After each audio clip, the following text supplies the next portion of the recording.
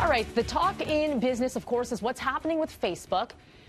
The stock's still coming down, and a lot of people are nervous about the privacy issues. Let's get right over to Mike Eppel with what's going on. Good morning, Mike. Yeah, good morning, Melanie. The data collection scandal continues to envelop Facebook this morning as the share price, as you mentioned, is down another 2%, brings its three-day retreat to 10%, which has wiped out $60 billion worth of market value from this company, which has been one of the top performers over several years from an investor standpoint. But a lot of questions being raised about the access to information on social media platforms. When you give up information, who actually has access to it from a third party?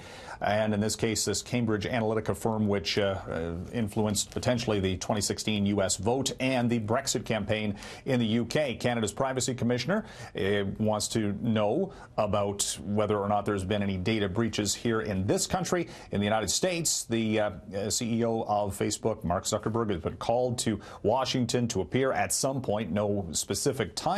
Same thing in the UK, where they want to hear from the CEO of Facebook about this potential data breach. If you want to call it that, the question is, when you go on these social media companies, are you basically giving up your information free of charge? So it's a big question mark for Facebook going forward. Will people say enough and not participate anymore, or is this just a short-term problem for the company? In the meantime, the stock is down again for a third day. Federal Finance Minister Bill Morneau floating the idea of a technology tax, maybe the Netflix tax that was rejected by the Trudeau Liberals previously. But this was something that was raised at the G20 summit earlier this week, where they're looking at all of these tech companies, which are, global entities, and should they be taxed in various jurisdictions to offset or to counteract what is looking at a changing business model, where the companies such as Amazon and others are growing fast, and traditional retail, for example, is going out of business. So